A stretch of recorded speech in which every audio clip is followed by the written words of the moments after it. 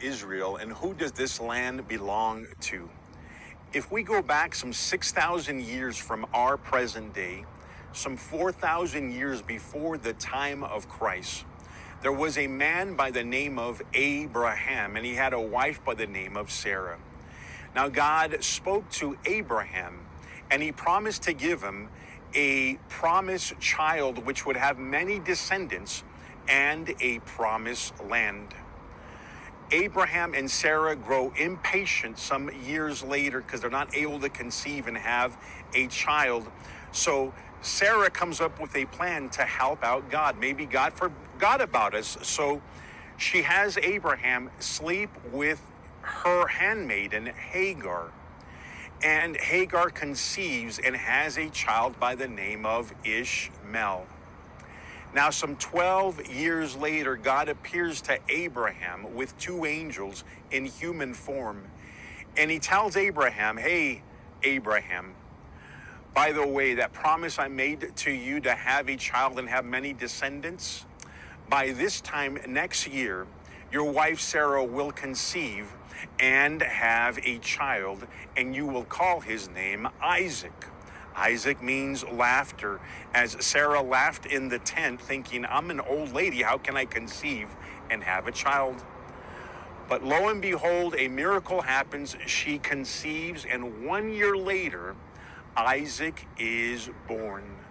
So now Abraham has two children, one 13-year-old Ishmael and one newborn child, Isaac.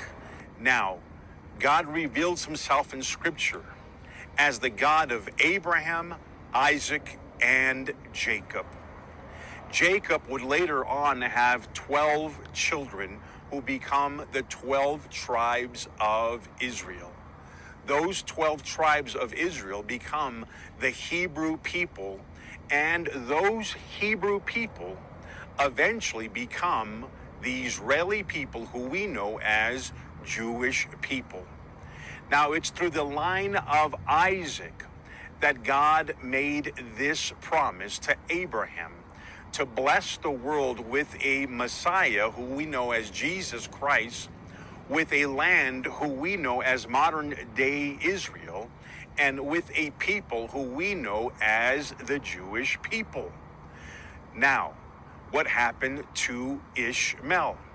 Now, Ishmael also became powerful and recognized. Ishmael became father of the modern-day Arab people. So who does the land belong to? Does it belong to the Arabs? Does it belong to the church? Does it belong to the West? The land of Israel belongs to God, and God has chosen to give it to his people, the Jewish people. So with all this confusion going on, there's no confusion biblically. The very fact that the Jewish people are there in Israel right now is an absolute miracle and fulfillment of prophecy. Now the world, the Arabs, the West, and Satan himself will come against Israel. And as they come against Israel, they will literally come and make war against God himself.